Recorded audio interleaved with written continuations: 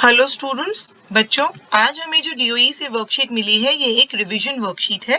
यानी आज हम रिवाइज करने वाले हैं हमारे दो लेसन्स जो हमने पढ़े, जिसमें से एक पोएम थी और एक चैप्टर था। और उसकी रिवीजन के लिए हमको बहुत दो इंटरेस्टिंग पिक्चर्स दी गई हैं। उन पिक्चर्स को हमें समझना है और उससे रिलेटेड क्वेश्चंस को आंसर करना है। बेटा इसे बोलते हैं पिक्चर कॉम्प्रिहेंशन, यानी जब हम पिक्चर को देखकर उससे रिलेटेड क्वेश्चंस को आंसर करते हैं। चलिए देखते हैं आज हमें कौन सी दो पिक्चर्स दी गई हैं। Picture 1 and picture 2। पिक्चर 1 में बच्चों आपको एक लेडी दिखाई दे रही है जो कोई म्यूजिकल इंस्ट्रूमेंट बजाने की कोशिश कर रही हैं। अगर आपने लास्ट वीडियो देखा होगा तो उसमें हमने इन्हीं का कैरेक्टर भी डिस्क्राइब किया था और उससे पहले वाली वर्कशीट में हमने एक लेसन रीड किया था जिसमें इनके बारे में, इनके लाइफ के बारे में, इनके काम के बारे में बताया गया है। बच्चों वो चैप्टर है द साउंड ऑफ म्यूजिक। तो ये पिक्चर हमें ले जाती है किस लेसन की तरफ? The sound of music. और ये किसकी पिक्चर है बच्चों? ये पिक्चर है मिस इवलिन ग्लेनी की। अब देखते हैं पिक्चर 2। पिक्चर 2 में बच्चों आपको दो रोड्स नजर आ रही हैं जो डाइवर्जिंग हैं, यानी दो अलग अलग डायरेक्शंस में जा रही हैं। इस पिक्चर को देख के आपको क्या याद आ रहा है बच्चों? हाँ जी, हमें याद आ रही है हमारी poem the road not taken, written by Robert Frost. किसने लिखी थी ये पोएम बच्चों? Robert Frost. तो चलो बच्चों, अब हमने पिक्चर्स को समझ लिया कि ये हमें किस लेसन या पोएम की तरफ लेकर जा रही हैं। अब हम इनसे रिलेटेड क्वेश्चंस को सॉल्व करेंगे। पहली पिक्चर हम सभी पहचान चुके हैं कि इवलिन ग्लेनी है। अब हम, और ये किस लेसन से ली गई है बच्चों? The sound of music. तो अब हम इससे रिलेटेड क्वेश्चंस को एक बार पढ़ेंगे और सॉल्व करेंगे। फर्स्ट क्वेश्चन है, who is the lady in pic 1? It is very much clear, बहुत क्लियर है। कौन है? Evelyn Glennie. Yes, she is Evelyn Glennie. Next question is, what is she trying to do in the pic 1? वो pick 1 में क्या करने की कोशिश कर रही है? कुकिंग करने की कोशिश कर रही है? No. Is she trying to sing? क्या वो गाना गाने की कोशिश कर रही है? Singing? No. Dancing? Is she trying to dance? No, वो डांस करने की कोशिश भी नहीं कर रही है।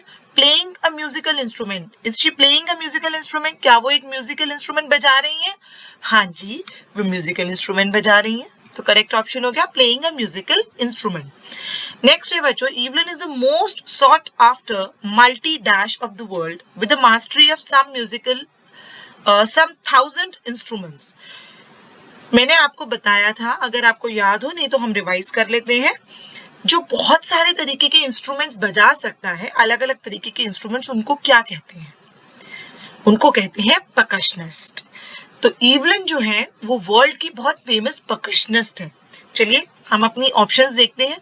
ए millionaire, is she a millionaire? No. She might be, वो मिलेनियर हो सकती है, लखपति हो सकती है, करोड़पति भी हो सकती है, बट लेकिन जो बहुत सारे म्यूजिकल इंस्ट्रूमेंट्स बजाता है उसे मिलेनियर नहीं कहते। लिंगुअल? नो। परकशनिस्ट? यस। इसका आंसर है बच्चों परकशनिस्ट। फोर्थ है, she is an dash to millions of people who get dash by her determination. बच्चों इसमें आपको ऑप्शन चूज करना है और जो ऑप्शन आप चूज करेंगे उनके दोनों वर्ड्स, एक वर्ड इस सेंटेंस में आ जाएगा और नेक्स्ट वर्ड दूसरे ब्लैंक में आ जाएगा। तो आपको पूरा पेयर चूज करना है। अब इसको चूज करने के दो तरीके, मैं आपको दोनों तरीके समझाती हूँ। पहला है एक ट्रिक। यहाँ क्या लिखा है बच्चों? एन। एन के साथ यानी जो वर्ड आएगा उसकी साउंड होनी चाहिए vowel sound, vowel sound, vowel sound, AEIOU। अब हैप्पीनेस में ह साउंड है, इंस्पिरेशन में ई यानी कि वॉवेल साउंड है, मोटिवेशन में म भी वाउल साउंड नहीं है, ये एक कॉन्सोनेंट यानी कि जो हमारे बाकी के अल्फाबेट्स होते हैं वो वाली साउंड है। तो यहाँ पर अगर हम साउंड के हिसाब से देखें तो इंस्पिरेशन यहाँ आएगा और इंस्पायर्ड यहाँ आएगा। एक बार रख कर और इसको रीड करके देखते हैं। She is an inspiration to millions of people who get inspired by her determination.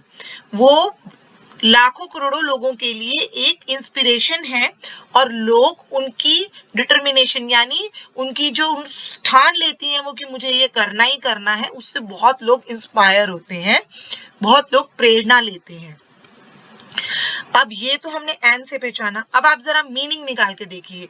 She is an happiness to millions of people who get happy by her determination. वो बहुत सारे मिलियंस ऑफ लोगों के लिए happiness है जो उनकी determination से खुश होते हैं। बेटा ये एक सेंस में ठीक हो सकता है लेकिन इस सेंटेंस की सेंस में ठीक नहीं है। दूसरा है, she is an inspiration to millions of people. Yes, she is definitely, वो बहुत लाखों लोगों के लिए एक इंस्पिरेशन है, एक प्रेरणा का स्रोत है। इनको देखकर बहुत सारे लोग प्रेरणा लेते हैं कि अगर हमारे अंदर कोई कमी भी है तो हमें उसे ओवरकम करना है। और बहुत सारे लोग प्रेरणा लेते हैं उनकी डिटर्मिनेशन से भी, उनकी दृढ़ निश्चयता से कि मैंने ये काम करना ही करना है। Motivation and motivated, she is an motivation, no, ये तो बिल्कुल नहीं आएगा बेटा, एन के साथ एम आ ही नहीं सकता, और ऑल ऑफ दीज होगा नहीं। तो करेक्ट ऑप्शन है इंस्पिरेशन एंड इंस्पायर। चलिए नेक्स्ट पिक्चर देखते हैं, पिक्चर 2। ये पिक्चर है बच्चों रोड नॉट टेकन पोएम से ली गई है, और पहला क्वेश्चन है road not taken is a poem. हाँ जी, ये पोएम है। अब आगे की ऑप्शंस भी एक बार रीड कर लेते हैं। प्ले, क्या ये एक नाटक है? नहीं। क्या ये स्टोरी है? नहीं। क्या ये बलाड है? नहीं। It's a poem. नेक्स्ट है why did the poet select the less taken up road. Poet ने कम यूज हुई रोड क्यों ली थी? जिस रोड पर ग्रास थी, जहां पर कम लोग जा रहे थे, उसने वो रोड क्यों ली थी? क्योंकि वो कुछ अलग करना चाहता था। सो हमारे ऑप्शंस हैं ही लॉस्ट हिज वे, क्या वो रास्ता भूल गए थे? No. To make a difference, yes definitely difference, यानी कुछ अलग करने के लिए, to make a difference. It was by mistake, गलती से किया था? नहीं। नन ऑफ दीज तो नहीं है, हमें आंसर मिल चुका है।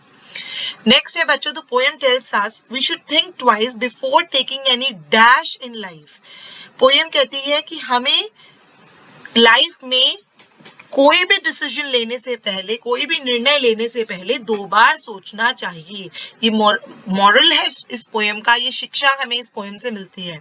तो फर्स्ट ऑप्शन है गेम्स खेलने से पहले 2 बार सोचना चाहिए, घर खरीदने, हाउस खरीदने से पहले, या कोई डिसीजन लेने से पहले। Yes, the correct option is decision. Which is the odd word out from diverge, divide, converge and separate. Odd word होता है जो अलग हो। तो इन चारों वर्ड्स में से अलग कौन सा है, कैसे पता लगाएंगे? पहले हम एक बार इन चारों का मीनिंग समझने की कोशिश करते हैं। डाइवर्ज यानी बंटना, अलग अलग डायरेक्शंस में जाना। डिवाइड भी बंटना, अलग होना। कन्वर्ज का मतलब होता है मिलना। सेपरेट का मतलब भी होता है अलग होना। तो इनमें से चारों में से कौन सा वर्ड अलग है बच्चों? कन्वर्ज, जिसका मतलब है मिलना, और बाकी तीनों वर्ड्स का मतलब है अलग अलग। So the correct option is B, converge. अब सभी बच्चे अपनी वर्कशीट्स को कंप्लीट करके अपनी टीचर्स को सेंड करेंगे।